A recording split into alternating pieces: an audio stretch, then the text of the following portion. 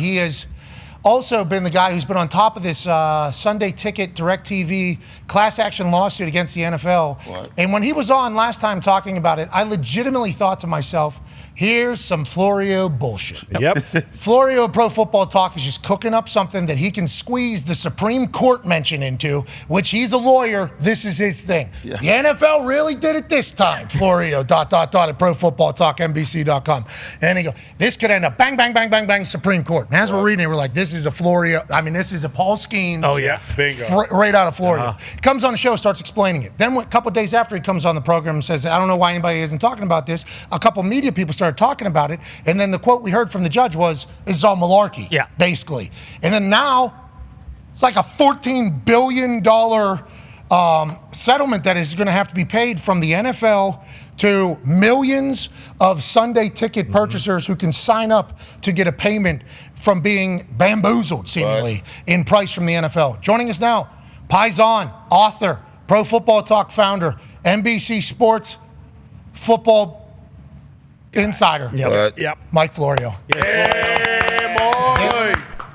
Does this mean that next time you'll take me seriously? Yeah. Well, does this mean I've built up a little equity, just a little bit, Dude, just a little bit? I know you could sense me going, okay, Florio. You know, and I'm assuming I wasn't the only one that was doing this because this is right down the Pro Football Talk like blueprint here. Okay, the NFL messed up here.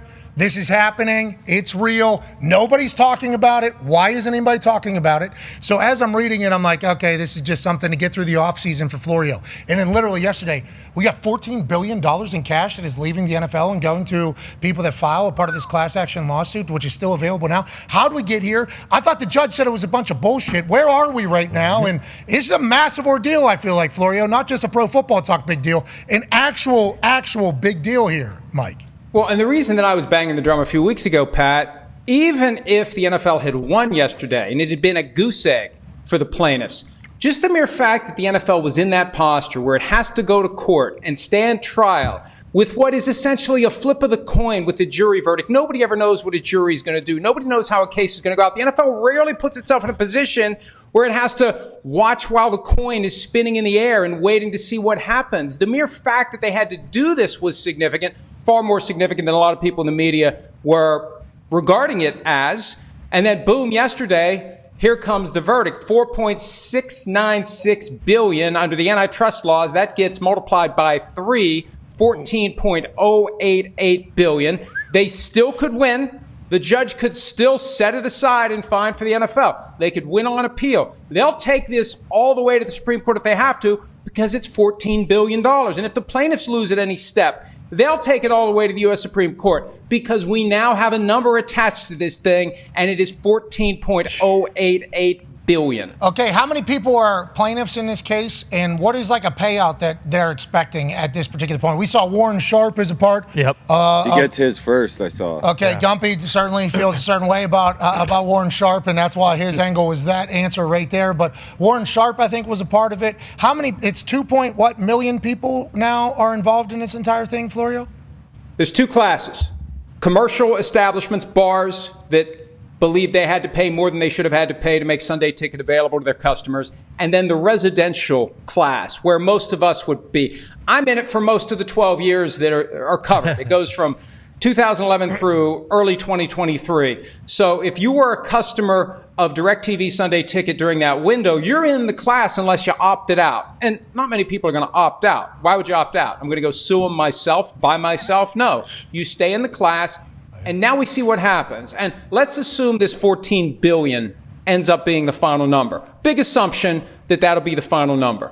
The judge will be responsible for deciding how it gets split up. The lawyers are going to get a big chunk as their contingency fee for taking on the risk and the expense and the time. They've been fighting this thing for 9 years. There was no guarantee they were ever going to get a penny for it. They're going to get a significant piece of it if the judge approves their contingent fee agreement. But even then, my rough math at this point would suggest that you're looking at $3,000, $4,000, $5,000 per person. Wow. If you had it. That's so much money. Half Yeah, or most of the time. What do we get for the Ed O'Bannon? Like $500 or something? That's it? Yeah, Ed O'Bannon was like $500. I forget you what You it can buy was. the That's a lot Midnight of Blues money. with that amount of money. Yeah, you get 3,000. Hey, the NFL is going to be buying the Evening Patriots for a lot of people. That is a huge number.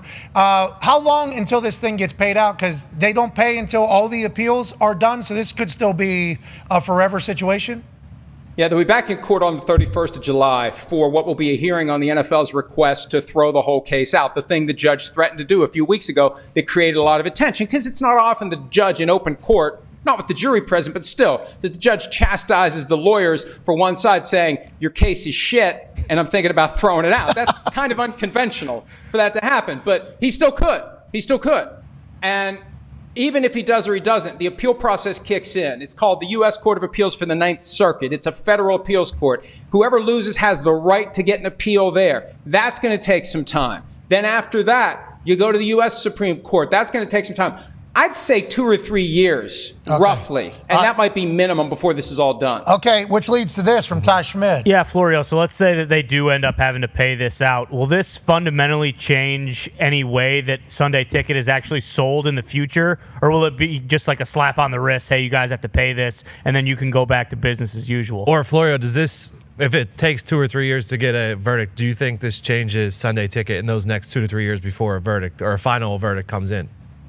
You guys are touching on the most important question right now. Hey, way to go, boys. Let's go, boys. Way to go, boys. Let's go, boys. That's journalism. Tony, stick that. Here, I was talking to Pat earlier.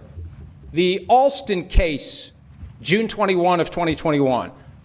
Sean Alston, former West Virginia player. It was one of the many antitrust cases against the NCAA.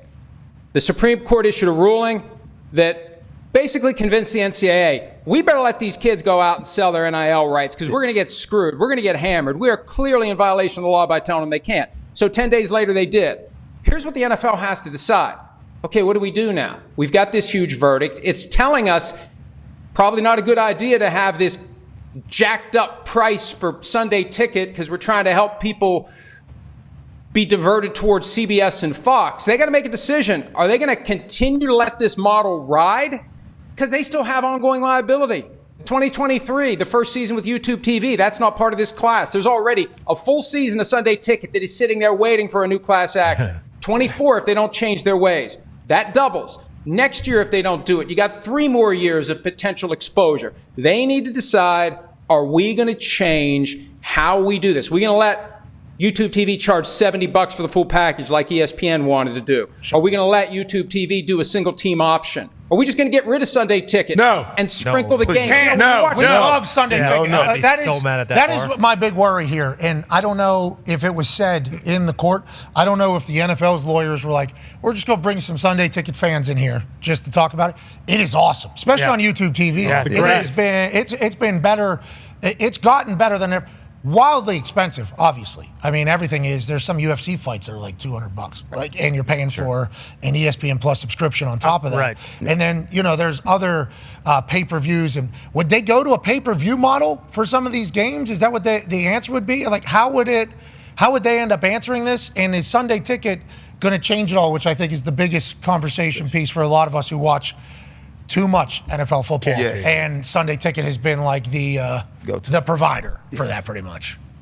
There was a document that came into evidence during the trial, and what happens is the trial lasts for weeks, and there's all sorts of evidence and paperwork, and then it's time for the closing arguments, and the lawyers pick their best shit. So one of the documents that the plaintiff's lawyers showed to the jury was a memo from 2017 where the league was considering getting rid of Sunday Ticket altogether and selling the out-of-market games to FS1 and ESPN2 and this cable channel and that cable channel. So it would be like a Saturday of watching college football where every game is on a different channel at overlapping times, different times, whatever. Just blow up Sunday Ticket and sell the rights to the out-of-market games to the various cable channels. That's a possibility going forward.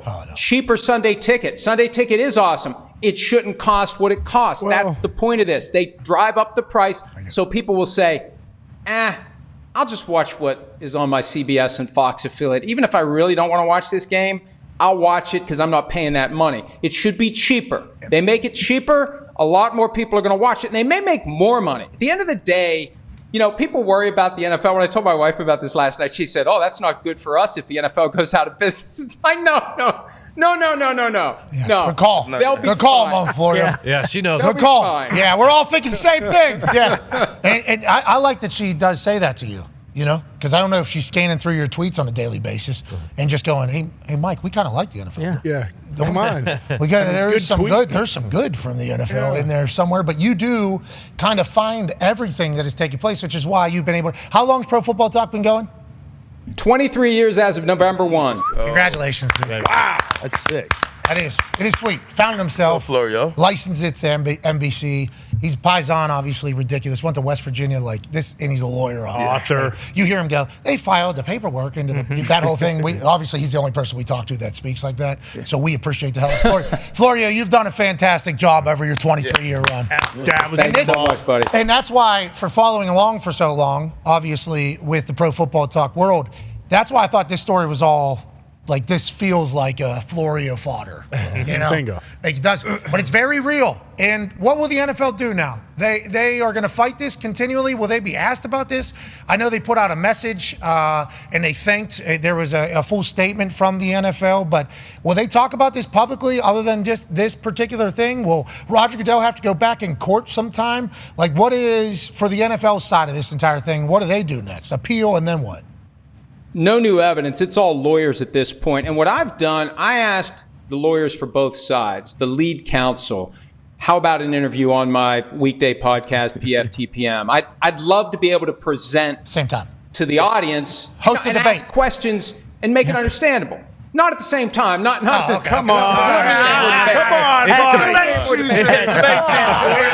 Anyways, go ahead. Yeah, got it. But I wanted to interview them separately, and the NFL's declined to make Beth Wilkinson available. You may remember Beth Wilkinson's the one who did the initial investigation into Dan Snyder and the Washington franchise that laid the foundation for him out the door. So she handled this case, and there's going to be hell to pay by somebody. That's one of the great things about an outcome like this. Not great for the company that loses, but there's going to be an effort internally to figure out who the hell blew this. Yeah. Who's at fault for this? Because we shouldn't have had this happen. How did this happen, and who gets the blame, and who quietly disappears from the employment of the NFL? $14 billion is so much money. Oh my God. What was their media deal?